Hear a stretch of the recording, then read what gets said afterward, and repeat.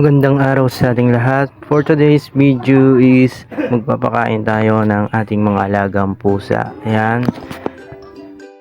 Samahan ninyo po kaming mag-asawa na magpakain ng aming mga alagang pusa. Ayan. Dito ay nagre-ready na ang aking asawa na ipapakain sa aming mga pusa.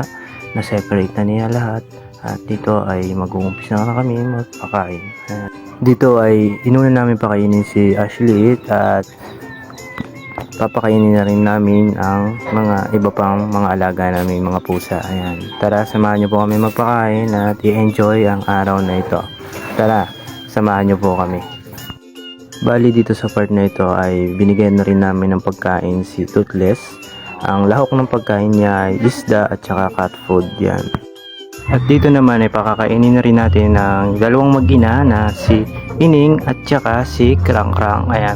Ang ibinigay natin sa kanila ay cat food lamang kasi bawal siya sa may isda dahil baka matinik pa yung ating kuting. Ayan.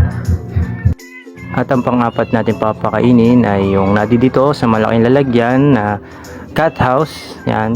Dito ay pakakainin na rin natin yung may mga anak pa rin nating pusa. Ayan. Ito yung mga munti nating kuting na pinapalaki at kasama nila yung kanilang inahin. Bale, dito na rin natin pakakainin para hindi siya agawan ng iba pang kasama niya. Ayan. Dito naman ay makikita ninyo kung gaano ka-cute ng ating mga pusa na bagong silang. Ayan. May isang linggo na po itong nakakalipas sa mga kuting na ito kaya medyo malalaki na rin. Ayan. At dito ay makikita natin dito ay si Creamy. At dito ay makikita nyo rin itong kulay orange. Ang pangalan nito ay si Kimi. Napaka-cute na pusa at ito naman si Puti. Ayan. Ito yung pinaka matanda namin pusa at siya ang aming ganador at siya ang ama ng lahat. Ayan. Dito ay pakakainin natin ang iba pa natin pusa dito sa loob na hindi pa nakakakain. Ayan. Yung dalawang ito ay American Shorthair at ito namang isa ay si Creamy. Ang lahi po niya ay Himalayan Persian Cat. Ayan. Bali lahat po ay nakakain na dito sa loob. Lalabas naman po tayo para pakainin si Puti at si Kimi. Ayan.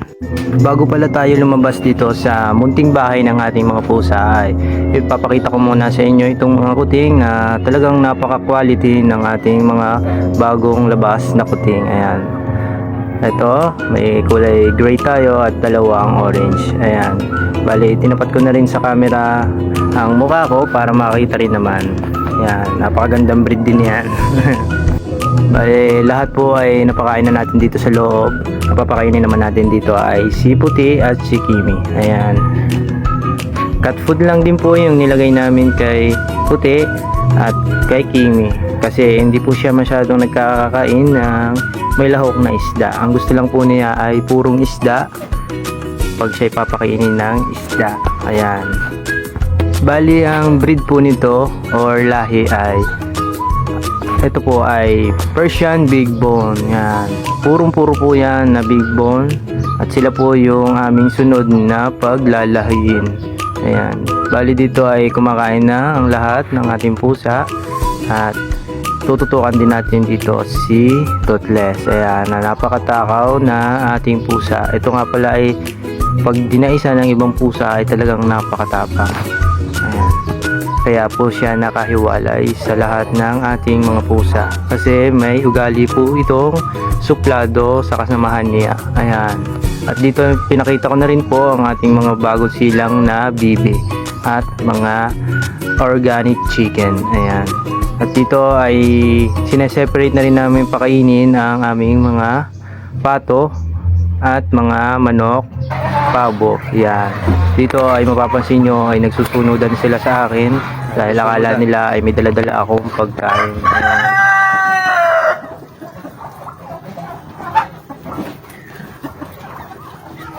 At dito sa part na ito ay ating hinuli na rin si Ashley para mapadede na niya ang kanyang tatlong munting mga anak. Ayan.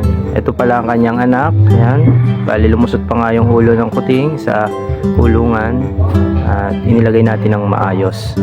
Ayan, dito ay padededehin na natin siya para mabusog na rin ang ating mga puti. Ayan. So yan, dito na po natin tinatapos ang maikling video ito at maraming salamat po sa nananatiling nanonood sa ating mga ina-upload na video. Ayan. Huwag niyo pong kakalimutan mag-follow and like at pakishare na rin po ng video ito. Maraming salamat po.